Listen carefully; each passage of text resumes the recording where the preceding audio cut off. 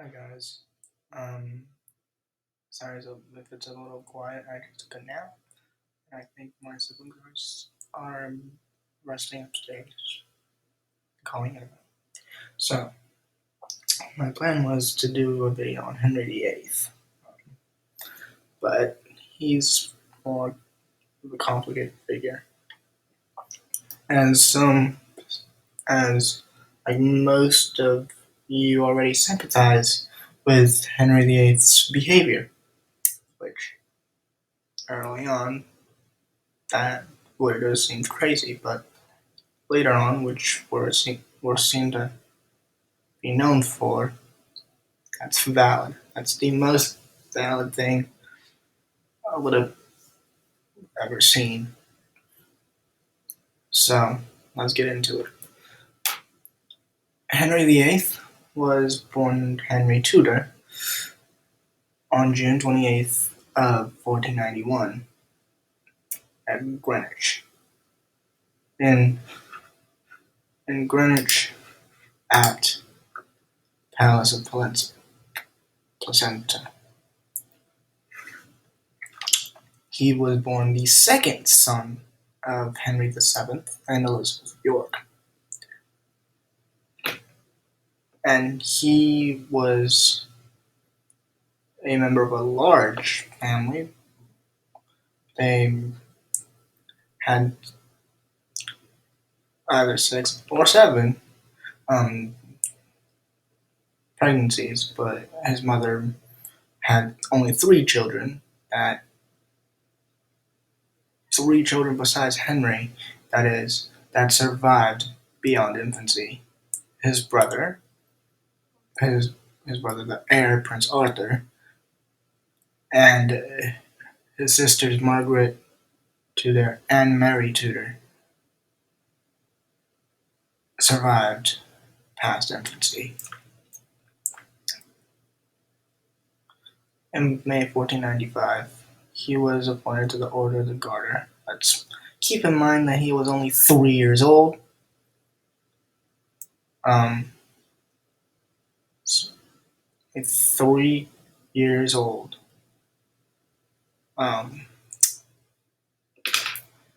In 1501, when Henry was just 10, he was married. His brother was married to Catherine of Aragon. You'll be hearing that name a lot for quite a bit. Arthur died a few months later at 15, just 5 months after he got married.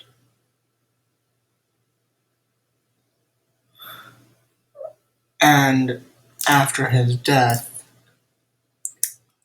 Henry was named heir, and he became the new Duke of Cornwall. He was then bestowed the title that had belonged to his brother, Prince of Wales and Earl of Chester.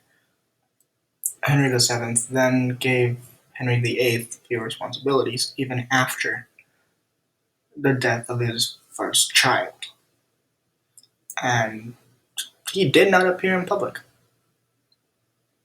unlike monarchs nowadays, who are known for being in public.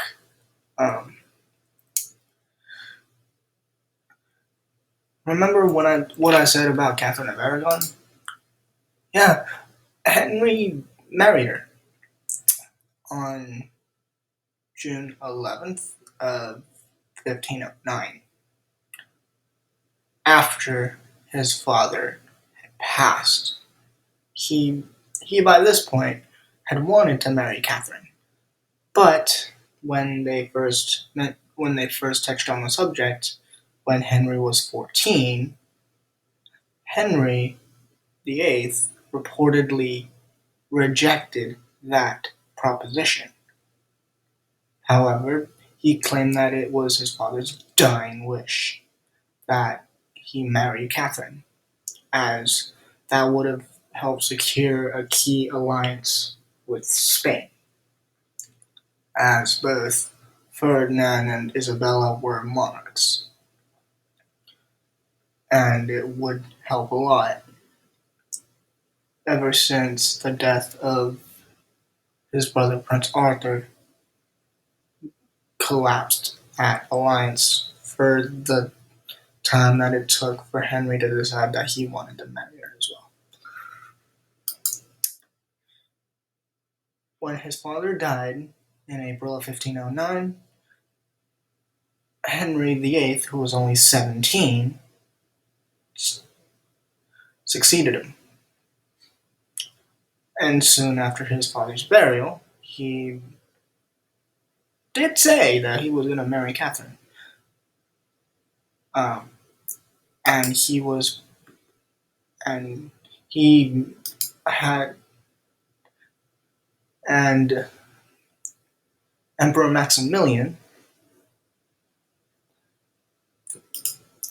Emperor Maximilian of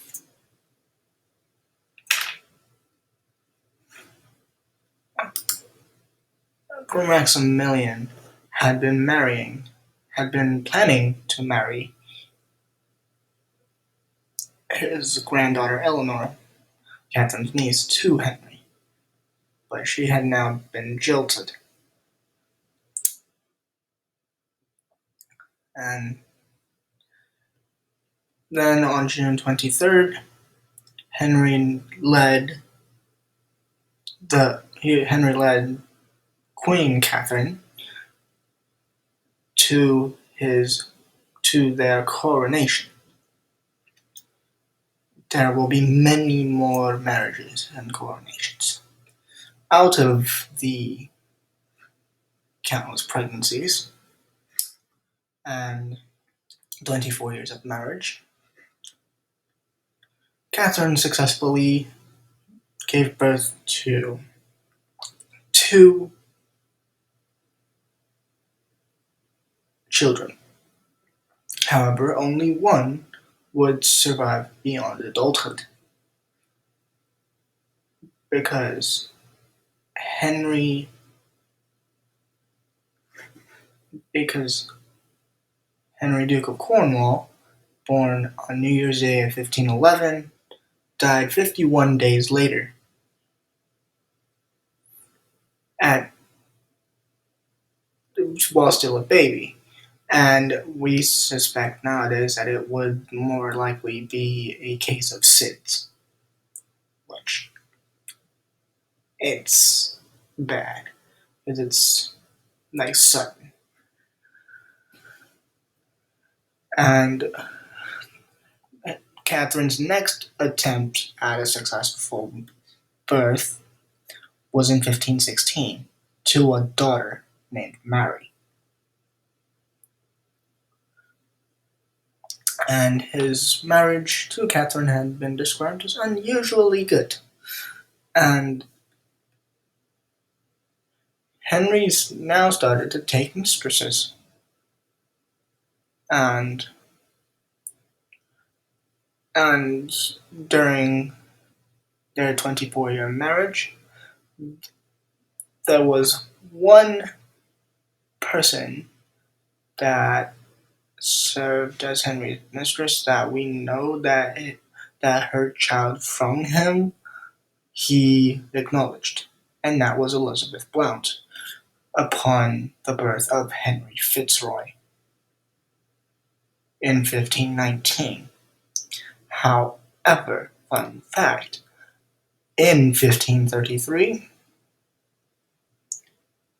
he had, in 1534, Henry VIII had been making plans to marry off Henry Fitzroy to his older sister.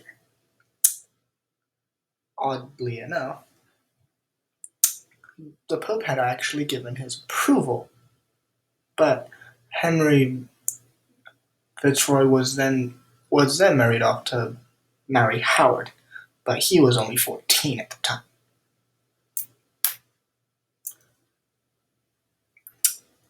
And his relationship with Emperor Charles V of the Holy Roman Empire was was very strained. Um, and in 1520, they held a joint conference called the Field of the Cloth of Gold.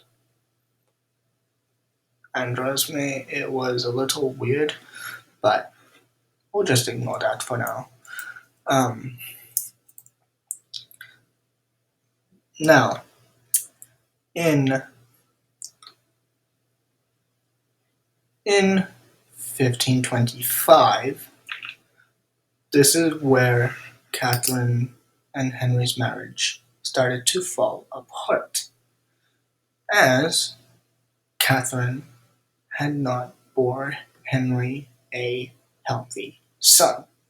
So they began conducting he began conducting meetings with his mistresses, one of them being Mary Boleyn, the sister of his second wife, Anne Boleyn.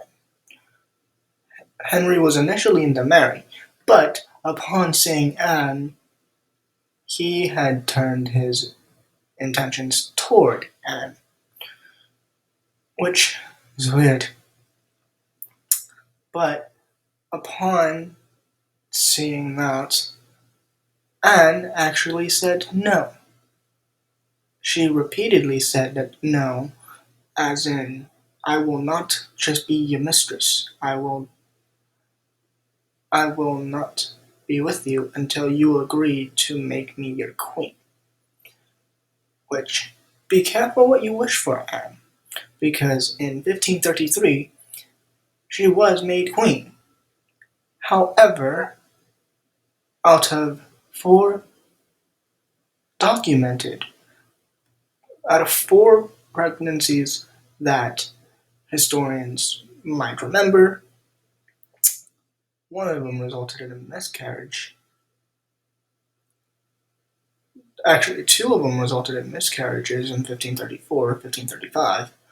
On on January 29th of 1536, she miscarried what courtiers would document as a healthy son, as a possible, as a would have been healthy son, which placed everything on Henry to just lose favor with her. So in 1536, he had Anne arrested and taken to the Tower of London and held her trial. However, that was just a formality at this point because he had already ordered the swordsman from Calais in 1536. And on May 15th, Anne Boleyn had her trial. She was being charged with treason and incest with her with her younger brother, George Boleyn. And George was also being charged with incest and treason, and both of them were executed. However, George and the three other alleged conspirators were executed on May 17th, 1536. Anne was not able to see her brother being executed, though she knew that it was happening. On May 19th, she was executed by sword.